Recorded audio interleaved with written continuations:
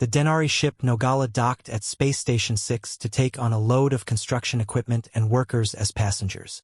The clients were a religious sect of Menniks, an avian species. They took astrology to a whole new level, basing their colonization policies, laws, and trial outcomes on mystics who read messages in the stars, planets, moons, comets, and even some meteorites. Captain Voon, a large crab-looking creature, motioned to the small mammal clerk, who resembled an otter. Purg, summon Oxidize. I will speak to him about his behavior regarding the Menniks. I need to ensure that he does not offend. Purg held out data tablet. Captain, I anticipated your request and I have supplied Oxidize with all the necessary information regarding Menniks culture and acceptable social interactions. Here is a copy of the information given. Voon placed the tablet into a console, scanning the information quickly with his 6 eyes. After a few moments he spoke. Normally this would be quite sufficient, but the human is unpredictable and problematic. In this case, direct verbal communication may be redundant, but is probably necessary. Purg shuffled his data tablets. Sir, given the frequent issues involving Oxidize, have you considered replacement with another human? Voon gave a series low clicks that sounded more like clunks, showing a degree of irritation. The problem is that all humans are equally problematic. The key to using them effectively is to find one with the desired skill set, then monitor it to prevent danger or offensive communication. Purg clicked his own teeth. Then perhaps we shouldn't have a human at all. Voon emitted several more clunks, punctuated with an almost scraping noise. Purg grew alarmed, realizing his impertinence. Many apologies, Captain. I spoke shamefully. I do not question your decisions. I am simply unable to comprehend the nuances of the situation. Voon realized he was intimidating the small mammal. He paused, then purposefully just gave some quiet clicks, like when focused on a task. Your confusion is inoffensive. Humans are enigmatic. However, when consensus is reached with such a bizarre creature involved, the outcome will be most favorable. Denari believed in a democratic method of leadership. The main purpose of a leader was to keep order among group members so that the group could come to consensus about policy. However, history had also proven that when a group did not have diversity of ideas and values, consensus tended to favor policies that adhered to rigid philosophies and failed to address legitimate concerns of those who did not strictly adhere to the rigid philosophy. For this reason, Denari leaders would try to include diverse members into their organizations, even though sometimes friction and frustration resulted. Humans were extremely diverse, both from other species and each other. Their contributions to consensus were extremely valuable, if one had endless patience to endure them. Purg bobbed his head in relief. I shall fetch Oxidize immediately, Captain. What task would you like me to perform next? Voon gave a sigh like a great bellows. I must interact with Oxidize first, in order to assess necessary decisions. Purg left and went to the human's cabin. He activated the visitor alert, and he heard the human come in. Purg walked into the cabin. Oxidize was not in the entertainment or rest area, so Purg went back to the sanitation area. He stood in shock, staring at the strangest thing he had ever seen. The human was naked except for a groin cover that wrapped around its body. Its body was mostly bald, with some light fuzz that would require several months to grow into decent fur. Previously, Purg had only seen the human fully clothed, which revealed its head and hands. Purg had seen the fur at the top and back of the human's head, along with the tiny tufts above its eyes. But now Purg saw almost the whole human, and it was just odd. The only other spots that had actual fur were where its arms were connected to its torso. The chest, arms, and legs of its body had the light fuzz, but its back, shoulders, ribs, and feet were complete bald. The feet of the creature were also oddly shaped, which was no surprise when looking at an alien. But its feet seemed to completely lack any sort of claws, heavy pads, or calluses to give traction for walking and running. Purg also noticed some designs that had been applied to its skin. Some were pictures, some were words, and some appeared to be mystic glyphs. But absolutely the most bizarre thing was that the human had started growing fur on its face, but was using some sort of tool to remove it. Perhaps it had some sort of skin infection that required a medication to be applied directly to bald skin. The human stopped removing the fur from its head, wiped its face with a small cloth, and greeted his guest. "What's up, Purg?" Purg had learned that this question was not relevant to height, elevated objects, or even ceilings and sky, but actually an inquiry about the present situation. "The captain will speak to you on the bridge." Purg noticed that the human had removed only the fur that had started to grow on the lower half of its face. It had left the small tufts above its eyes intact. "Oxidize. May I ask you questions about your body?" The human gave a quick sigh and replied, "You can ask anything you want if you use my name, Rusty." "Why is that so difficult?" Purg blinked. "Perhaps one day the ship will have a more sophisticated AI that will translate into your specific dialect." Rusty sat at the edge of his bed and started getting dressed. Purg had always seen the human almost fully covered, wearing far more clothing than other crew members, and now he understood why. The poor bald creature must be freezing. As Purg watched Rusty getting dressed, the multiple clothing layers were unusual, but understandable. "How did you lose so much fur? Were you exposed to radiation? Why do you remove fur? Are you scheduled for surgery that would require depilation? Are you aware that you did not remove the fur over your eyes? Was that intentional or an oversight? Are you sure your species is mammal?" Purg seemed to be exploding with questions, some a few bizarre, all of them fairly personal. Rusty didn't take offense because curiosity was natural when dealing with aliens. Also, Purg's people looked like otters and were only waist-high, so it was impossible to get offended at anything that cute. "Slow down, Purg. One at a time. Yes, humans are mammals. I have the normal amount of hair for a human. This is just how we look. The hair removal from my face is traditional." Leaving the eyebrows, Rusty pointed at the tiny fur spots, "is normal, although occasionally one of the subcultures on my world will remove eyebrows also, but it looks weird if you ask me. Any more questions?" Rusty had put on socks, a work jumpsuit with several pockets, and boots that laced up. He had covered the lower half of his body and was selecting a t-shirt to put on under the jumpsuit top, and there was a belt to add also. Purg bobbed his head excitedly. To see an alien up close like this and willing to answer questions was quite exciting. Purg eagerly looked forward to dinner when he could share all this information with rest of his people. "Are you usually cold? Does your kind have skin of different colors? What sort of environment is your natural habitat? Do your females have similar fur? Do your young have fur? What life stage are you in? It was assumed that you are adult, but your fur is similar to an infant. Are you an adult or perhaps a juvenile? How long does your fur grow? Is this your summer or winter coat? Does your species wear so much clothing because you cannot grow enough fur? Or did you previously have more fur, but shed it because you wear clothing instead? Is there any fur under your groin covering? The markings on your skin appear to be artificial. Are they temporary or permanent?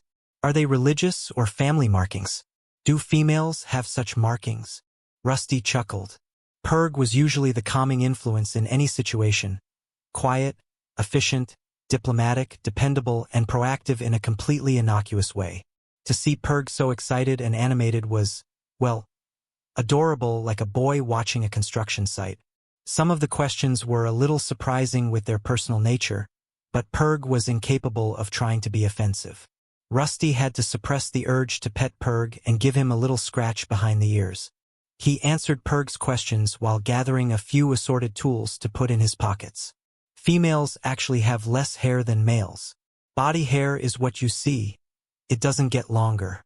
The hair on our heads and faces can get quite long, over 1/2 meter. Yes, our hair loses color as we age. Yes, I am an adult. Sometimes I get cold." He glanced at the chronometer. "Didn't you say the captain was looking for me?" Purg glanced at the chronometer as well. "Ah, yes, you are correct. But may I ask one more question?" Rusty smiled. "Shoot, Purg." Purg was momentarily puzzled. Often the human said things that made no sense, and sometimes sounded potentially hostile, but clearly weren't. The easiest way to deal with this was to simply ignore the odd thing. "May I touch your fur?" Rusty's eyebrows lifted in surprise. He sat on the edge of his bed so Purg could reach his hair. Sure, go ahead. Rusty was even more surprised when Purg reached out his paw and stuck it into Rusty's armpit, wiggling his digits in the hair. Rusty flinched and laughed from the tickling. Purg then quickly touched Rusty's shoulder where there was no hair, but some of the decorative marking. It didn't rub off, so it appeared to be permanent. Rusty finished dressing quickly, answering a couple more questions. Purg had produced a data tablet and was rapidly tapping away. Purg seemed to have an endless supply of data tablets, and always a tablet with useful information no matter what the situation. As Purg and Rusty walked to the bridge, Rusty answered a few more questions, with Purg tapping away nonstop. When Rusty and Purg got to the bridge, Captain Voone and the rest of the bridge crew turned to stare at them, or more specifically, Rusty. There were endless rumors and speculations about humans, and Rusty was no exception. Some rumors had been proven, some disproven. The one thing that was consistent is that the human was guaranteed to say or do something bizarre. Oxidize, Purg has given you information regarding proper behavior for the Mendix. Is there any part of that information that is difficult to comprehend or objectionable to apply? Rusty shrugged. Seems pretty straightforward.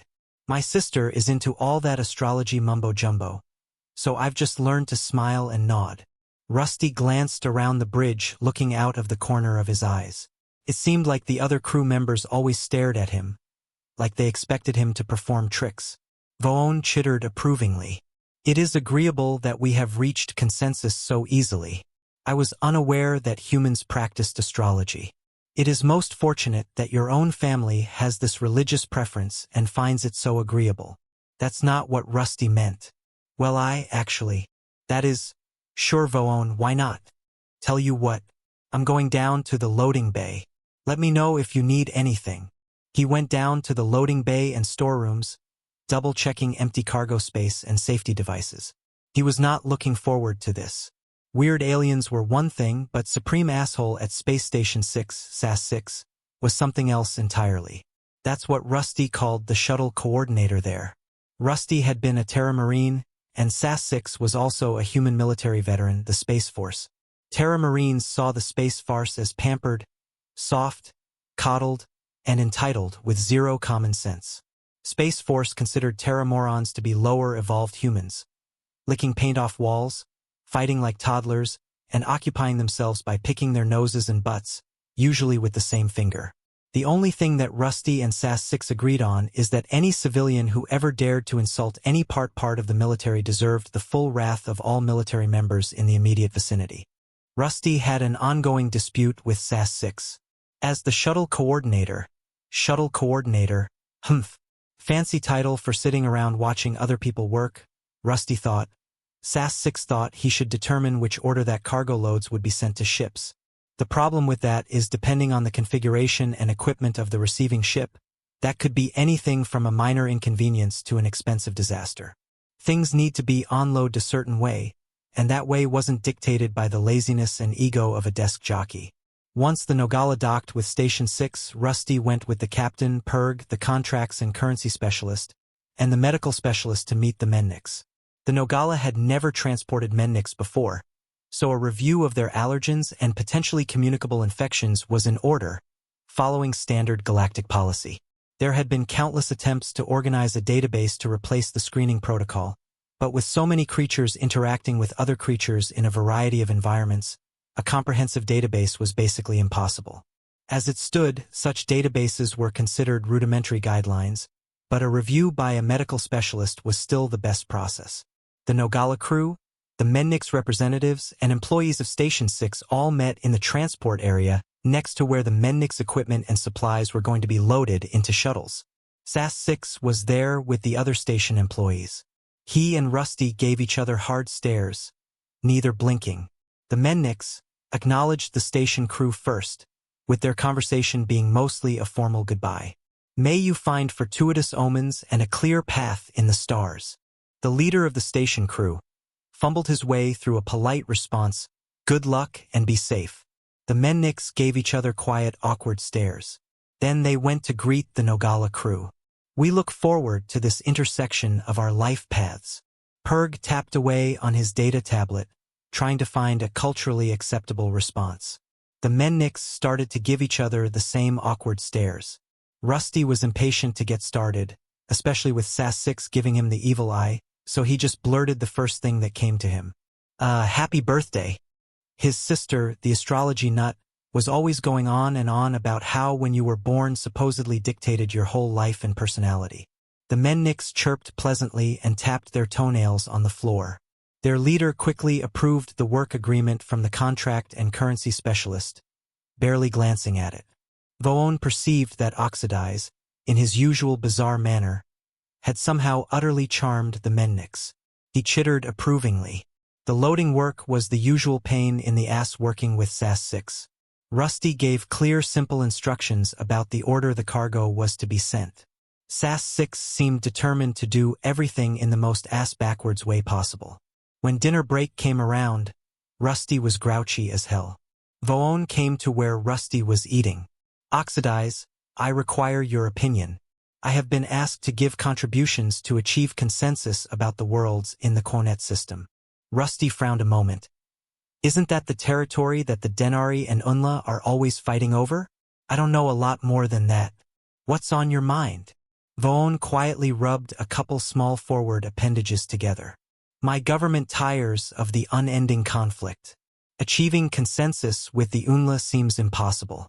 Therefore, we are looking for alternative means to secure our worlds once and for all. Rusty continued eating and gave him a puzzled look. Okay. And, Voon continued, one suggestion is to enlist the aid of other species to secure the worlds, in exchange for extremely favorable trade agreements. Do you think that Earth would accept such a proposal? Rusty stopped eating and gave Voon a wide-eyed stare. Then he spoke slowly. Do not involve my people in your conflict.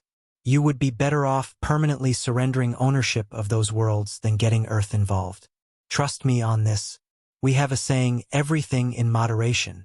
The truth is that humans do nothing in moderation, especially war. I'm telling you, I'm begging you, leave Earth out of it. Voon gave a long series of clicks, then finally responded. Your opinion shall be fully considered.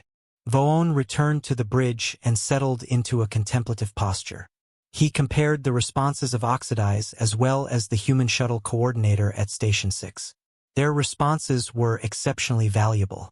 They had strong animosity towards each other, and they would exude hostility pheromones just hearing each other's names.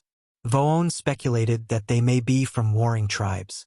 However, the other human, the station shuttle coordinator, had been in complete consensus regarding asking Earth for assistance. Man, getting Earth involved is a bad idea. Not just a bad idea, but the worst idea in the history of bad ideas. There were other human crew members on the Nogala who had similar responses. Do you want an apocalypse? Because that's how you get an apocalypse. Obviously you've never read any of our history books, or you wouldn't even ask. Don't. Just don't. I promise you, just don't. We have a saying on Earth. Fuck around and find out. If Earth fucks around, you'll find out. Voon, to achieve a more expansive consensus, decided to consult the Menniks as well. Due to their religious beliefs, they would have a very unique perspective. The crew was performing efficiently, so there would be no immediate need for his mediation. He went to go speak to the Menniks, who were collecting their people and personal effects from the station.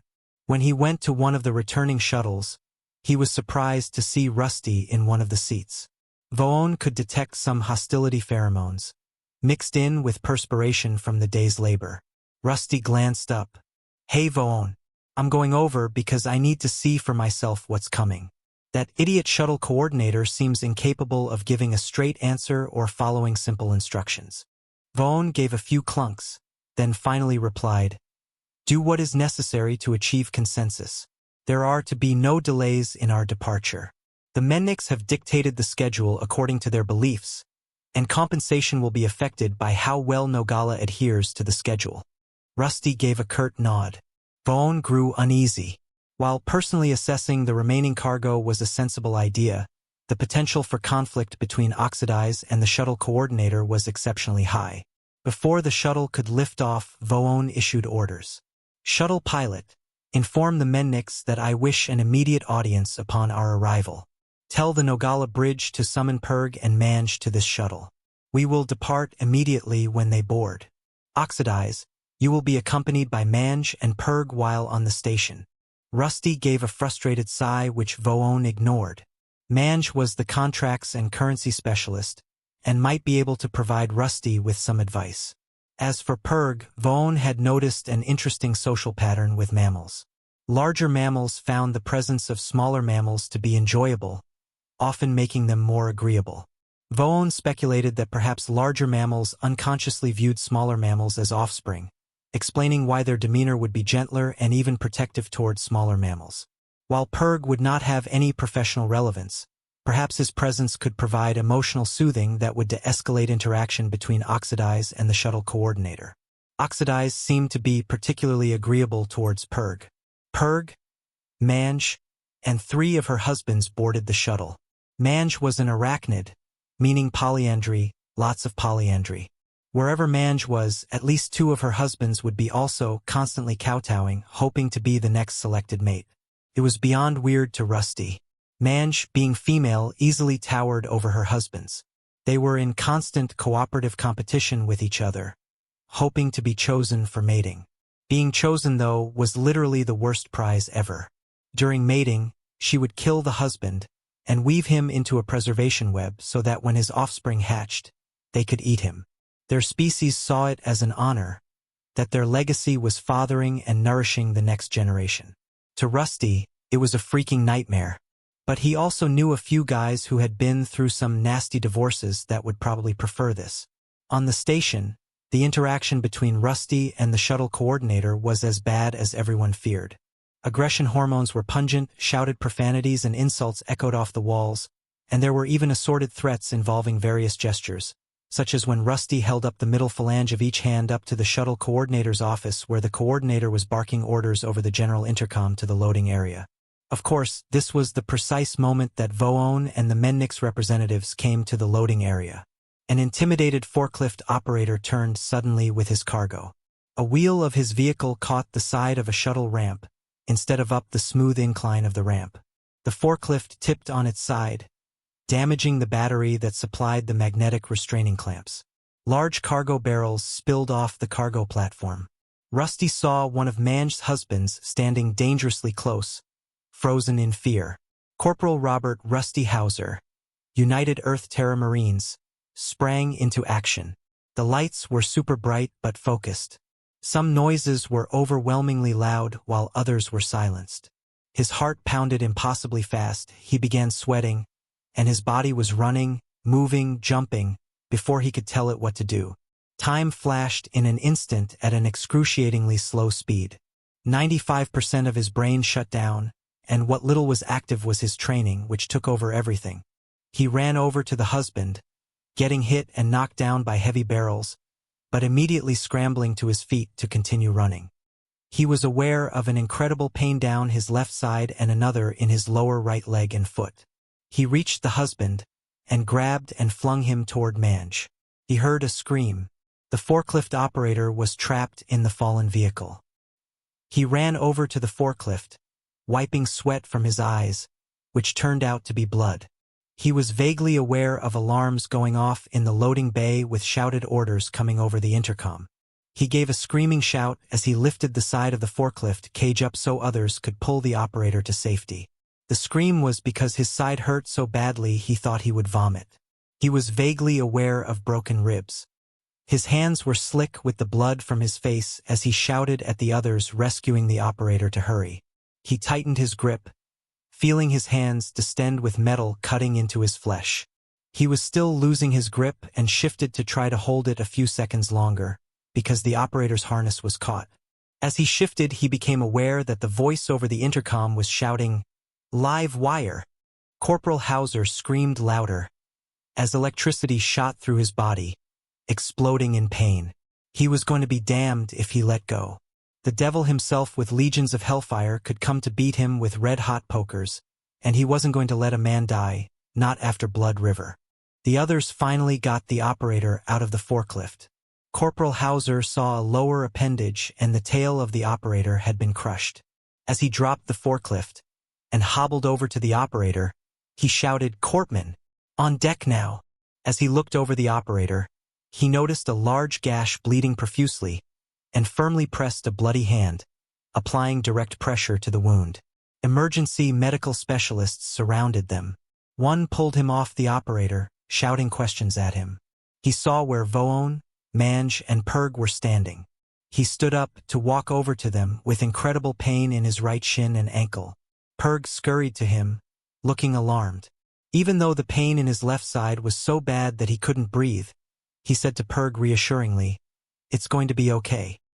He took 2 steps, then his eyes rolled up in the back of his head, and Corporal Hauser, decorated hero of Blood River, collapsed, his body hitting the deck with a sickening thud.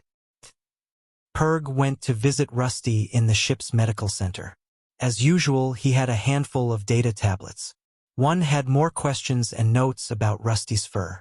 One had the results of the various investigations of the accident, which were all good news. There were a few others, including an after-action report from the Menniks. Purg anticipated that Rusty may be displeased by the report. Rusty was now laying in a bed, well enough that he no longer needed to be immersed in a gel tank. When creatures sustained severe injuries to the support structures of their body, exoskeleton plates or endoskeleton bones, the gel would support the weight of the body, taking pressure off damaged areas trying to heal. Only one sustenance feeder was still connected to Rusty. Since Rusty had regained basic functions, he could eat to nourish himself as normal, and the sustenance feeder was now delivering only the concentrated nutrients needed to facilitate healing.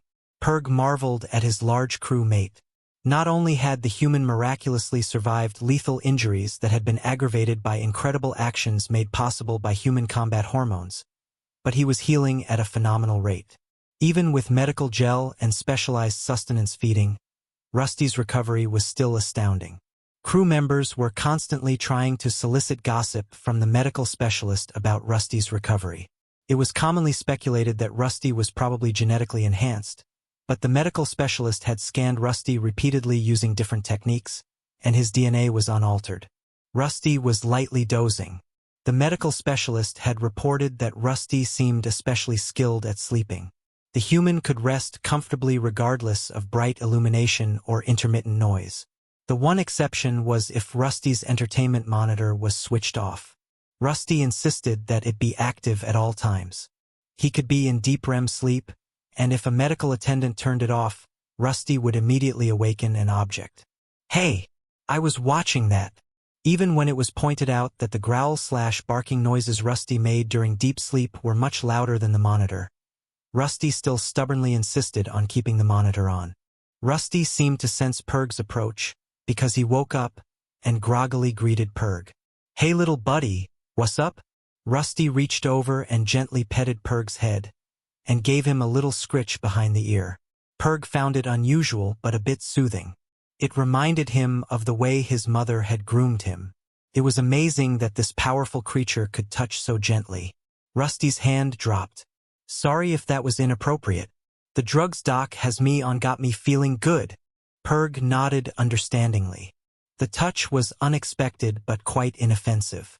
"You have always been respectful in your way, and medical narcotics usually produce unusual behavior." Rusty chuckled. "Good, we are still square. So what can I do for you, Purg?" Purg held up 2 data tablets.